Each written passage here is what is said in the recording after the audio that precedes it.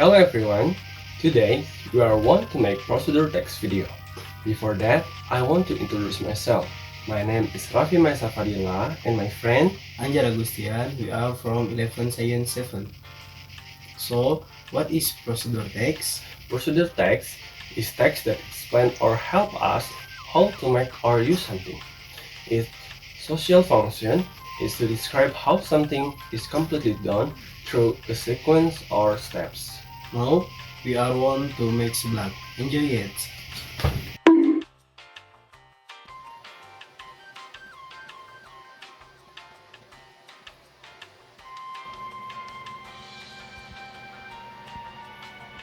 Chop the chili, garlic, onion, and aromatic ginger until they small, and then grind all of that until they a little bit smooth, like this. Turn on the stove and heat the oil.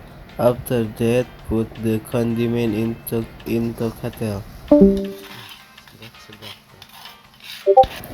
Stir the condiment until smell good.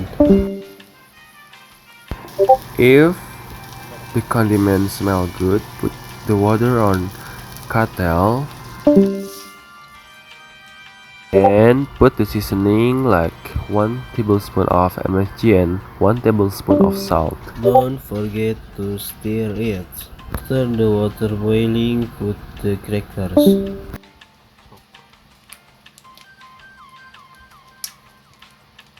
Stir it until cooked. If it feels cooked enough, pour it and put it in a bowl.